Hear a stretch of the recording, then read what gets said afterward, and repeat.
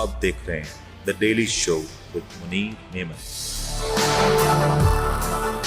Programme में आपको एक बार फिर से खुशामदीद कहते हैं। तस्करा करते हैं कि सदर पाकिस्तान ने 2 दिन पहले एक ट्वीट किया। इस ट्वीट में बहुत सी बातें कही गई और उन्होंने जो आर्मी तरमीमी एक्ट था उसके हवाले से बात की और उनका यह कहना था कि इस एक्ट को उन्होंने साइन नहीं किया बल्कि मुस्तरद करके अपने अमले से कहा कि इसको वापस भेज दो। अब तब से लेकर आज तक बहस जारी है कि क्या सदर पाकिस्तान डॉक्टर आरिफ अलवी गालिबन विकेट के दोनों अतराफ खेलना चाह रहे हैं या वो अपना मौकफ दे रहे हैं। यह बात भी कही गई कि क्या सदर पाकिस्तान के साथ जो अमला उनके साथ मौजूद था उनके अहकामात नहीं मान सका या मानना नहीं चाहता था और इसकी अब कानूनी शक्ल क्या होगी जब सदर पाकिस्तान ने इस तमाम तर कार्रवाई से को मुस्तरद कर दिया और यह कह दिया कि उन्होंने इस बिल को मुस्तरद करके अपने अमले से कहा कि इसको वापस भेज दें, तो क्या अब इसकी आइन में कोई गुंजाइश बाकी है नहीं। इसी हवाले से गुफ्तगू करें, हमारे साथ ज्वाइन कर रहे हैं बैरिस्टर डॉक्टर मोहम्मद अली सैफ साहब। इनसे जरा जानने की कोशिश करेंगे कि आखिर ये माजरा क्या हुआ और अगर आरिफ अलवी साहब को 24-27 घंटे लग गए इस बात को रेक्टिफाई करने के लिए तो आखिर ये वक्त दरकार क्यों था। डॉक्टर साहब अस्सलाम वालेकुम। वालेकुम अस्सलाम। बैरिस्टर साहब जरा ये समझाएं कि ये जो सारा ड्रामा क्रिएट हुआ ये वजह क्या बनी है। आरिफ अलवी साहब को पता नहीं चल सका, उनके स्टाफ ने उनकी बात नहीं मानी, अहकामात नहीं कबूल किए, मसला कहां पे हुआ है। देखें, मेरी राय में तो जिस तरह के हालात सामने आए हैं, आरिफ अलवी साहब का बयान आया, उसके बाद उनके सेक्रेटरी वकार अहमद साहब की स्टेटमेंट आई, उन्होंने वजाहत दी। लेकिन मेरी राय में हुआ ये है कि जिस तरह प्रेसिडेंट ने कहा कि उन्होंने अपने स्टाफ को हिदायत की कि मैं इस बिल से इत्तेफाक नहीं करता, इसको वापस भेज दिया जाए। स्टाफ ने वो बिल बकौल प्रेसिडेंट वापस नहीं भेजा और प्रेसिडेंट को तब पता चला जब उनको ये पता चला कि बिल जो है वो गैजेट में नोटिफाई होकर कानून बन गया है। इस दौरान जब प्रेसिडेंट साहब ने स्टाफ से पता भी किया तो उन्होंने कहा कि जी आपकी हिदायत के मुताबिक बिल वापस जा चुका है। तो सदर साहब तो तमाम डेवलपमेंट से लाइलम रहे। लेकिन इस दौरान अब या तो कोई साजिश हुई है और साजिश के तहत इसको डिले किया गया है, और या ये अमले की इंतहाई गफलत है कि उन्होंने प्रेसिडेंट को वो सिचुएशन नहीं बताई जो एक्चुअली थी। लेकिन अगर ये तमाम सिचुएशन आप देखें तो जो कुर्रे फाल निकलता है, एक आम लॉजिक जिससे आप उससे नतीजा अखज़ करते हैं, वो ये है कि सदर साहब की हिदायत पर कसदन अमल नहीं किया गया। फाइल जो है वो उनके कहने के बावजूद, उनके मना करने के बावजूद उसको भेजा गया और ये इस तरह से भेजी गई कि जैसे उन्होंने इसकी मंजूरी दे दी है। ये वजह मैं इसलिए कह रहा हूं कि इससे ये नतीजा निकलता है कि अगले दिन वही गैजेट नोटिफिकेशन शाया होता है और वो बिल जो है वो कानून बन जाता है। तो अगर ये सिचुएशन है इतनी जल्दी में और उसके बाद फिर फौरी तौर पर उसी बिल के तहत एक अदालत भी बन जाती है, उसमें उसी दिन शाह महमूद कुरैशी साहब को भी पेश किया जाता है, तो ये तमाम कराइन और ये जो तमाम वाकयात का तसलसल है, इससे नजर ये आता है कि कोई गलत काम किया गया है, गैर कानूनी काम किया गया है। अच्छा डॉक्टर साहब जो ये समझाएं, मैं एक चीज क्लेरिफाई करना चाहता हूं। मैं इतना कहूंगा जी जी जी जी, आखिर में मैं सिर्फ इतना ऐड करना चाहूंगा कि चूंकि दोनों तरफ से और खास तौर पर प्रेसिडेंट ऑफ पाकिस्तान से कुछ फैक्ट्स जो हैं उन्होंने बयान किए हैं और वो फैक्ट्स के नतीजे में ये शकूक पैदा हो रहे हैं, तो इसका वाहिद इलाज ये है कि इसकी इंक्वायरी कराई जाए और पहले ये स्टैब्लिश किया जाए कि हुआ क्या, उसके बाद इस पर जो भी कार्रवाई करनी है वो इसके बाद। सर ये पॉइंट देकर आप जरा मुझे ये समझा दें कि पहले आपने कहा कि कोई अमले से गफलत, आपको भी पता है कि इस लेवल पे गफलत की कोई गुंजाइश नहीं होती और अगर ये बात हो जाए कि अमले से गफलत हुई है और सदारती दफ्तर के अमले से गफलत हुई है तो फिर तो बहुत बड़ा पंडोरा बॉक्स खुल जाएगा। लेकिन डॉक्टर साहब ये बताएं, अगर सदर पाकिस्तान जब किसी बिल को मुस्तरद करते हैं या बगैर दस्तखत वापस करते हैं तो क्या उसके ऊपर कोई कॉमेंट लिखना, कोई रिमार्क्स लिखना, कोई क्रॉस का साइन ही लगाना, कहीं क्या इस तरह की कोई रिक्वायरमेंट होती है, कोई आम प्रैक्टिस होती है? देखें, पहली बात तो यह है कि इस तरह की कोई रिक्वायरमेंट नहीं है, प्रेसिडेंट पर कोई पाबंदी नहीं है, कोई कदगन नहीं है कि उन्होंने जरूर उस पर कुछ ना कुछ लिखना है। आर्टिकल 75 की जो सब आर्टिकल 1 है, इसके चार आर्टिकल है, सब आर्टिकल्स हैं, उनमें जो 1 है वो इस मसले को डील करता है। उसमें सिर्फ इतना कहा हुआ है कि प्रेसिडेंट को अगर कानून बिल की शक्ल में आएगा या तो वो उसको मंजूर करके वापस भेज देगा या अगर उसको कोई एतराज है या कोई उसकी अपनी कोई तजवीज है जो वो चाहते हैं कि इस कानून में डाली जाए, तो वो कानून को या तो उन तरामीम के साथ या मुकम्मल तौर पर फुली जो है वो रिकंसिडरेशन के लिए वापस भेज देंगे। और रिकंसिडरेशन के लिए पार्लियामेंट का होना जरूरी है। रिकंसिडरेशन के लिए पार्लियामेंट का होना जरूरी है।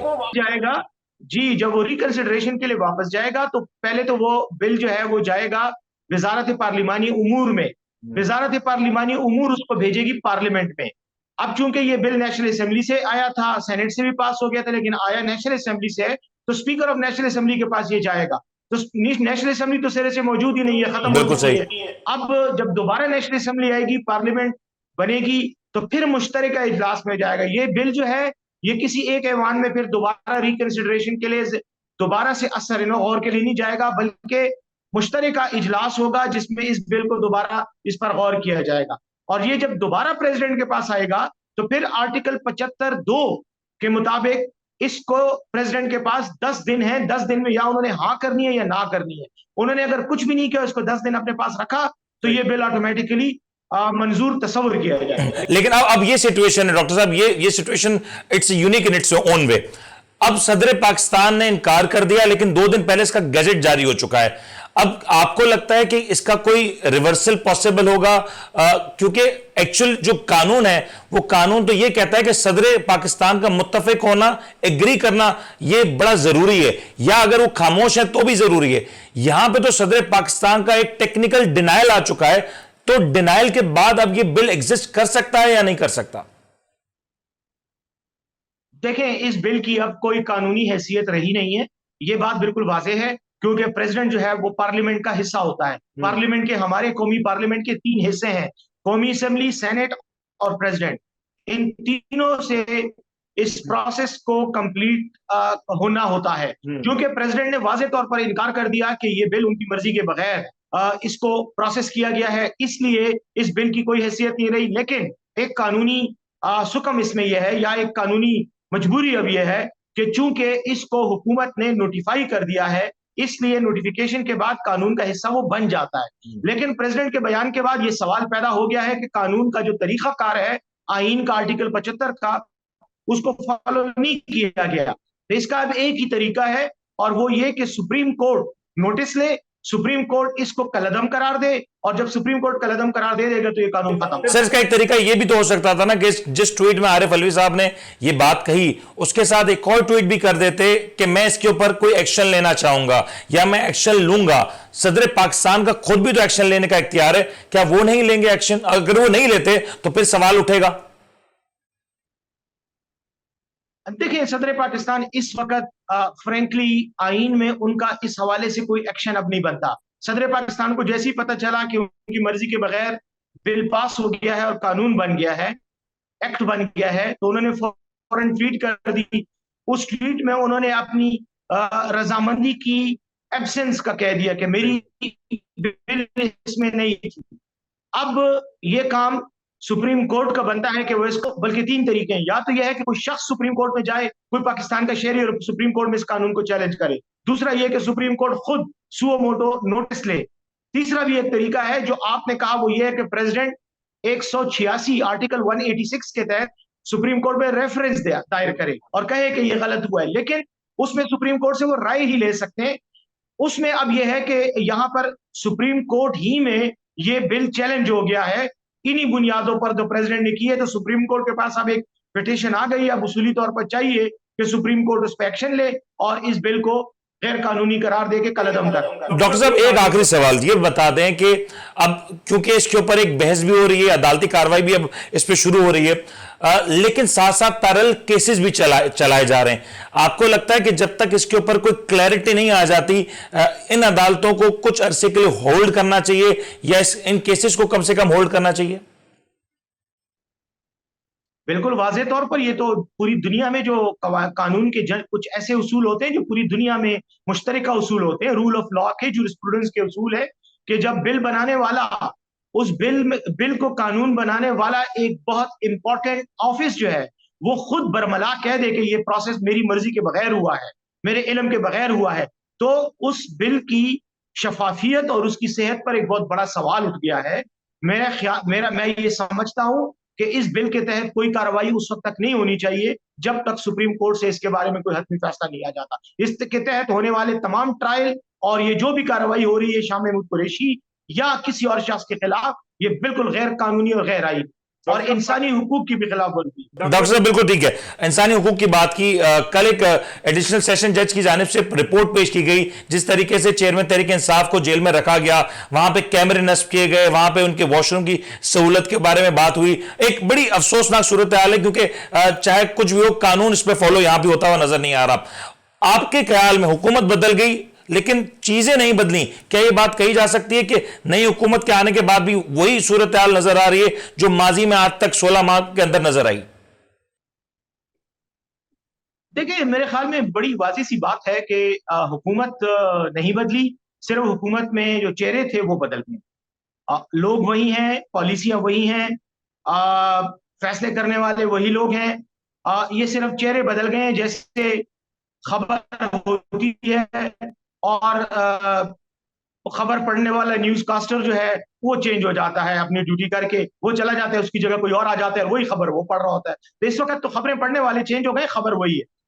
जहां तक ताल्लुक है ये जो आपने जेल के हवाले से बात की, इसमें कोई शक नहीं है कि वही पॉलिसियां इख्तियार की जा रही है। इमरान खान साहब को और पाकिस्तान तहरीक इंसाफ के जो लोग जेलों में बंद हैं उनके साथ गैर मुनासिब, गैर कानूनी, गैर आईनी और इंसानी हुकूक की खिलाफ वर्जी जो है वो की जा रही है। और इसको मैं एक बात आपको बताऊं, हम लोग इन चीजों को बहुत इजी लेते हैं, लेकिन इस वक्त दुनिया बहुत आगे बढ़ गई है। इस वक्त जो इंसानी हुकूक के बैनुल अक़वामी कवानीन है उनमें एक कानून है कन्वेंशन अगेंस्ट टॉर्चर, यानी तशद्दुद के खिलाफ कानून है। और उसमें वाज़ेह तौर पर लिखा हुआ है कि अगर किसी रियासत के अहलकार, रियासत के यानी वर्दी में या उसके अफसरान जो रियासत के हुक्म के ताबे होते हैं, अगर वो हुकूमत के अहकामात पर अमल करते हुए किसी शहरी के खिलाफ या किसी शख्स पर तशद्दुद करते हैं और तो वो बैनुल अक़वामी जुर्म बन जाता है। और मैं ये बताऊं, किसी शख्स को उसके बुनियादी आईनी हुकूक से महरूम करना, उसको कैद में रखना, उसको बुनियादी कैद में जो उसको बुनियादी हुकूक हासिल है और सहूलतें वो ना देना भी, और उसको ज़हनी अजियत देना, उसको जज्बाती अजियत देना, उसको जिस्मानी तौर पर तंग करना, ये सब टॉर्चर के जुमरे में आते हैं। तो जो अफसर भी पाकिस्तान की हुकूमत का इमरान खान साहब को या जेल की किसी भी कैदी को या हवालाती को इस तरह के बर्ताव का शिकार कर रहा है, तो वो टॉर्चर का भी पाकिस्तान के कानून के तहत तो वो यकीनन मुजरिम है, लेकिन वो बैनुल अक़वामी कानून के तहत भी टॉर्चर का मुजरिम बनता है। डॉक्टर साहब आखिरी बात, क्या खान साहब के पास वो 50 रुपए वाले स्टैंप पेपर नहीं है जो दीगर लोगों के पास होता है? शायद वो स्टैंप पेपर काम आ जाए और खान साहब कहीं इलाज की घर से या किसी और घर से वतन से दूर जा सके, ऐसा कोई स्टैंप पेपर खान साहब के पास मौजूद है? देखें, हाँ, बात आपने बहुत अच्छी की रवि साहब। बात यह है कि पाकिस्तान की कचहरियों में 50 रुपए वाले स्टैंप पेपर बहुत पड़े हुए हैं और उसको उस पर लिखाई करने वाले भी बहुत हैं, लेकिन जो शख्स जिस शख्स की आप बात कर रहे हैं ना, उसका एक और प्रॉब्लम है। उसके पास स्टैम्प पेपर्स की कमी नहीं है, उसका मसला यह है कि वो एक गैरती, बहादुर और दलेर आदमी है और उसका जमीर जिंदा है। तो जिसका जमीर जिंदा होता है, बहादुर होता है, गैरतमंद होता है, वो फिर 50 रुपए के स्टैम्प पेपर पे भागता नहीं है। स्टैंप पेपर ऐसे पेश किया गया आपको? आपकी कुछ इत्तलात हो तो, अगर आपकी कुछ इत्तलात हो कि खान साहब को कहा गया हो कि ऐसा स्टैम्प पेपर ले आए या हम दे देते हैं, ऐसे कुछ मामलात हो रहे हैं कहीं पसे पर्दा? हाँ, मेरे ख्याल में बहुत कुछ हो रहा है, बहुत कुछ हो रहा है, मिन्नतें की जा रही हैं, लेकिन खान साहब अपने मौके पर अड़े हुए हैं।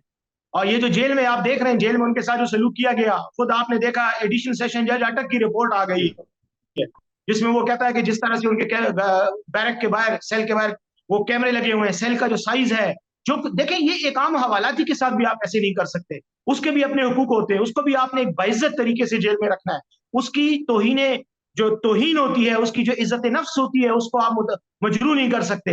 लेकिन यहाँ तो बस आवे का आवा ही बिगड़ा हुआ है। तो बहरहाल जो उसके साथ कर रहे हैं खान साहब के साथ, मेरे ख्याल में ये इन्हीं के मुंह पे पड़ेगी और एक दिन ये तारीख के एक स्याह बाब होगा और कुछ नहीं होगा। लेकिन खान साहब इंशाअल्लाह अल्लाह के फजल से सुरखरू होकर इस आजमाइश से बाहर बहुत बहुत शुक्रिया डॉक्टर बैरिस्टर साहब हमारे साथ मौजूद थे और अपने मौकफ से आगाह कर रहे थे और बता रहे थे कि जो सूरत हाल है वो दरअसल क्या है और किस अंदाज से इस वक्त मामलात को चलाया जा रहा है। डॉक्टर बैरिस्टर साहब का ये भी एक गिला सा सामने आया है कि वो ये कह रहे हैं कि हुकूमत जरूर बदल गई है लेकिन दरअसल ये चेहरों की तब्दीली है, मौकफ की तब्दीली नहीं, सोच की तब्दीली नहीं। अब लेकिन ये तो जो कुछ है वक्त साबित करेगा, लेकिन एज ऑफ नाउ रियलिटी ये है कि शायद तहरीक इंसाफ के लिए फिजाओं का रुख नहीं बदला और अभी भी जो सख्तियां हैं, जो मुश्किलात हैं, उसी तर्ज पे जारी नजर आती हैं।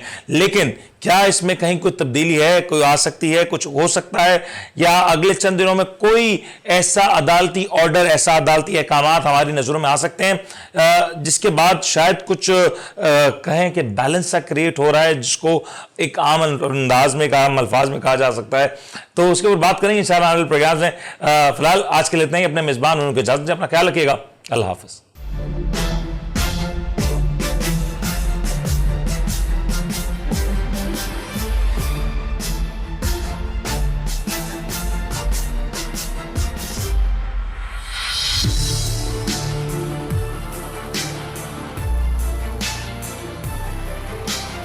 आप देख रहे हैं the daily show with Munir नेमत।